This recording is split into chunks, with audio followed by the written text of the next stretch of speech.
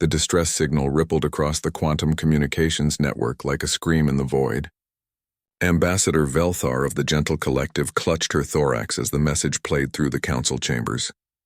Her species had evolved on a paradise world where the greatest predator was a herbivore the size of a human fist. Violence was a theoretical concept to her people. "This is Refuge Station Gamma 7. The transmission crackled with interference. "We are under attack by the Kresh Dominion. They demand our surrender. They demand our children for their experiments. Civilian population, 43,000. Military capability, none. Please, anyone who can hear this." The message cut to static, then looped again. Velthar's compound eyes glistened with moisture. Around the circular chamber, representatives from 24 species sat in horrified silence. The Kresh were known throughout the galaxy. A militaristic empire that viewed other species as either resources to exploit or obstacles to eliminate. Their armada had crushed 17 worlds in the past cycle alone. "We must evacuate," chirped Counselor Bretic, his feathers ruffling with anxiety. "Send what ships we can. There's no time to mount a defense."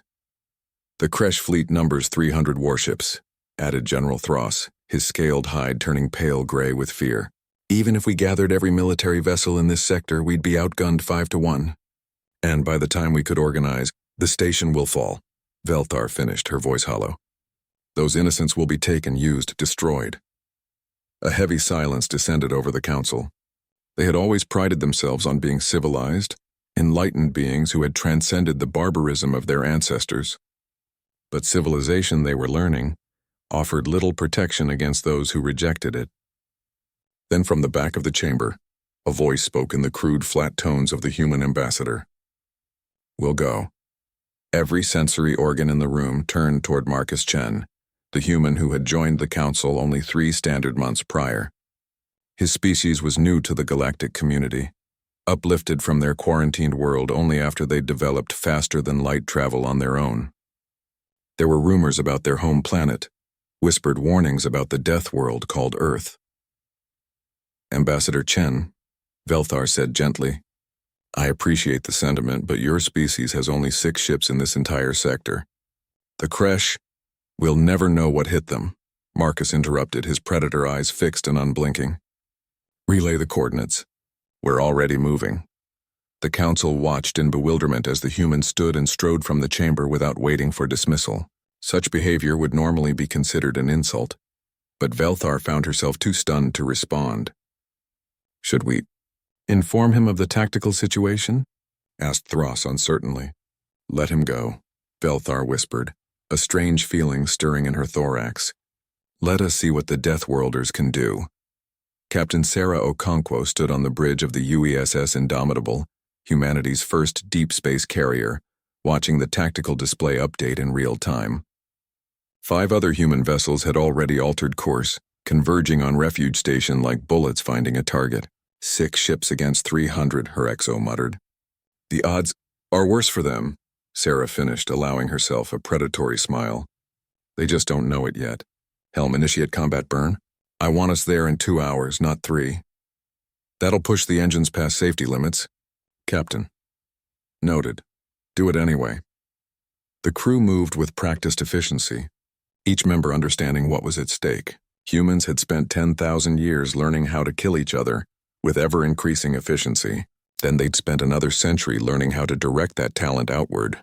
The galaxy was about to receive its first lesson in why Earth had been classified as a Class 12 death world.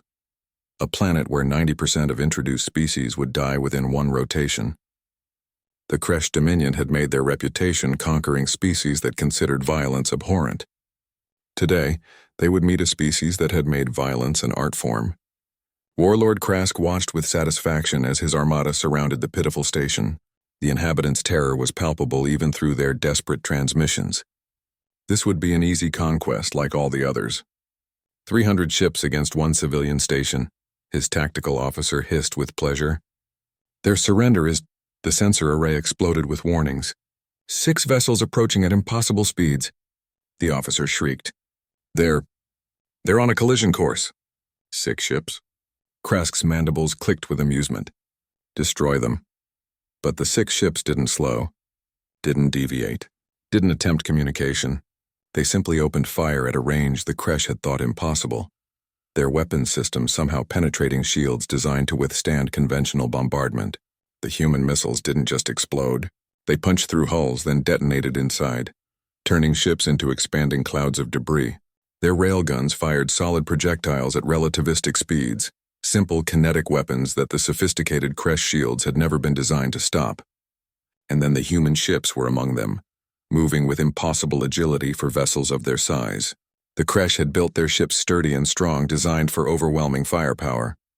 The humans had built theirs fast and mean, designed for exactly this kind of knife fight. "They're insane!" Kresk's tactical officer wailed as another 20 Kresh vessels disappeared from the display. "They're using nuclear weapons in close quarters. They're ramming us.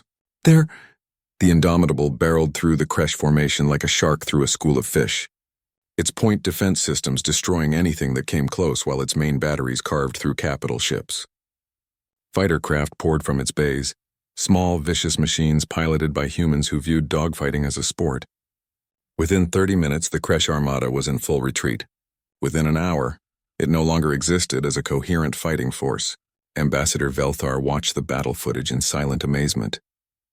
The human ships had fought like nothing she'd ever witnessed, with a controlled fury that seemed almost joyful.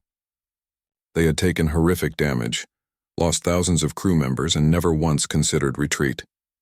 When Ambassador Chen returned to the council chambers 3 days later, his ship's hull still scarred from plasma burns, she met him at the entrance. "Why?" she asked simply. "You barely know us. That station wasn't even strategically important." Marcus looked at her with those flat, forward-facing predator eyes that had evolved to track prey across the African savanna millions of years ago. "Because someone sent an SOS," he said quietly. "And where humans come from, you don't ignore a call for help, no matter the odds." Velthar understood then. The galaxy had spent eons building civilizations based on peace and cooperation, never realizing that sometimes peace required people willing to do violence in its defense. The humans hadn't evolved in paradise. They'd crawled out of hell and brought its lessons with them. The Deathworlders had heard the SOS, and the galaxy would never be the same.